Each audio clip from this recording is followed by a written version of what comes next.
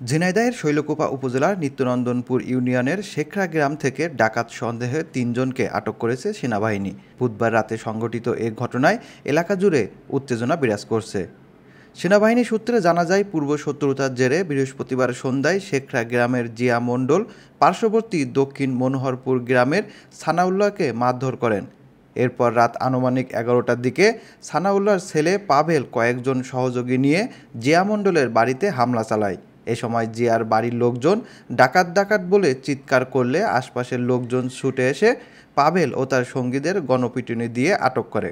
পরে সেনাবাহিনী খবর পেয়ে ঘটনাস্থলে গিয়ে ৩ জনকে আটক করে। আটক ব্যক্তিরা হলেন পাভেল, তার সহযোগী আলী রাজ এবং সোবাদ আলী মোল্লা। এ সময় তাদের কাছ থেকে উদ্ধার করা হয় ২টি বিদেশি পিস্তল, ৮ রাউন্ড গুলি, ২টি ম্যাগাজিন ও ২টি মোটরসাইকেল। শৈলকুপা থানার অফিসার ইনচার্জ মাসুম খান জানান, বিষয়টি তদন্তাধীন রয়েছে। বর্তমানে আটক ৩ জন থানা হেফাজতে রয়েছে। তদন্তে নতুন কিছু পাওয়া গেলে পরে জানানো হবে। শেখরায় ওখানে ২টা গ্রুপের সাথে সামাজিক দ্বন্দ্ব ছিল। কিছুদিন একটা মারামারি হয়েছে। সেই মারামারির জের ধরে আর কিছু লোকজন ওখানে এসেছে।